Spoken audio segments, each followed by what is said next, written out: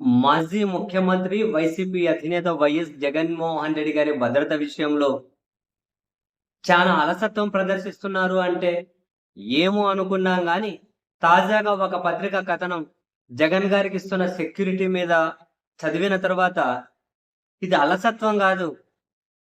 అంతకు మించి ఉద్దేశపూర్వకమేమైనా ఉందా అనే అనుమానం కలగక మానదు. దారుణం ఈరోజు ఒక సాక్షి రాసుకుంటూ వచ్చింది. జగన్మోహన్ రెడ్డి గారి భద్రత విషయంలో ఏ విధంగా ఈ ప్రభుత్వం వ్యవహరిస్తుంది అని. ఏదో మిర్చి యార్డ్ దగ్గర పోయినప్పుడు ఎక్కడా పోలీసులు కనిపించలేదు ఒక్కరు కూడా. కనీస సెక్యూరిటీ లేదు అని చెప్పి అనుకున్న దగ్గరికే ఆగిపోయాం గాని, జగన్మోహన్ రెడ్డి గారి భద్రత విషయంలో మామూలుగా జెడ్+ సెక్యూరిటీ ఉన్న వ్యక్తి. అంటే 139 మంది ఉండాలి ఆయన భద్రత విషయంలో. కానీ చంద్రబాబు నాయుడు గారి సర్కార్ దాన్ని ఉపసంహరించుకున్నారు. దానికోసం ఒక ప్రొసీజర్ ఫాలో అవ్వలేదు. కానీ హోంశాఖ మంత్రి వంగలపూడి అనిత గారి దగ్గర నుంచి ప్రభుత్వ పెద్దలు గాని పదే పదే చెబుతూ ఉన్న మాట ఏంది?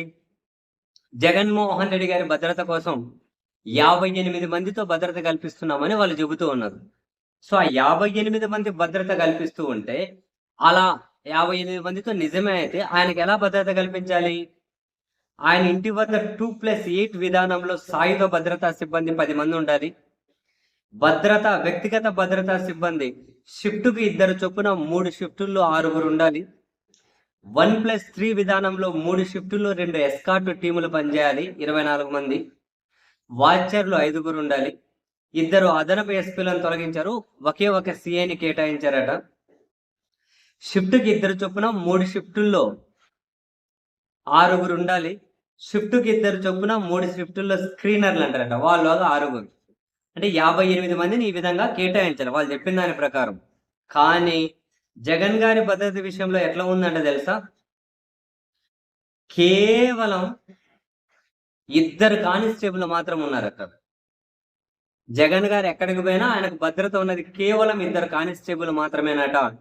జగన్ ఆఫీసు నివాసం వద్ద భద్రతా సిబ్బందిని పూర్తిగా తీసేశారట, ఒక్కరు కూడా లేరట. కేవలం ప్రైవేట్ భద్రతా సిబ్బందిని వినియోగించుకుంటున్నారు. ప్రభుత్వం ఇచ్చే సెక్యూరిటీ జగన్ ఇంటి దగ్గర కానీ ఆఫీస్ దగ్గర కానీ ఒక్కరు కూడా లేరట. ఇదే నిజమైతే ఎంత దారుణం, రాయాలి, లేకుండా అయితే రాయరు కదా. ఒక్కరు కూడా లేరట మాజీ ముఖ్యమంత్రి ఇంటి దగ్గర. టీడీపీ కూటమి ఉంది కదా, అంటే అధికార ఎమ్మెల్యేలు ఉంటారు కదా, ఆ ఒక ఎమ్మెల్యేకి ఇచ్చే సెక్యూరిటీ కంటే జగన్కు తక్కువ సెక్యూరిటీ ఇస్తున్నారట. ఒక మాజీ ముఖ్యమంత్రికి, ఒక పార్టీ అధినేతకు ఆ శాతం అంత జనాల్లో క్రేజ్ ఉన్నటువంటి వ్యక్తి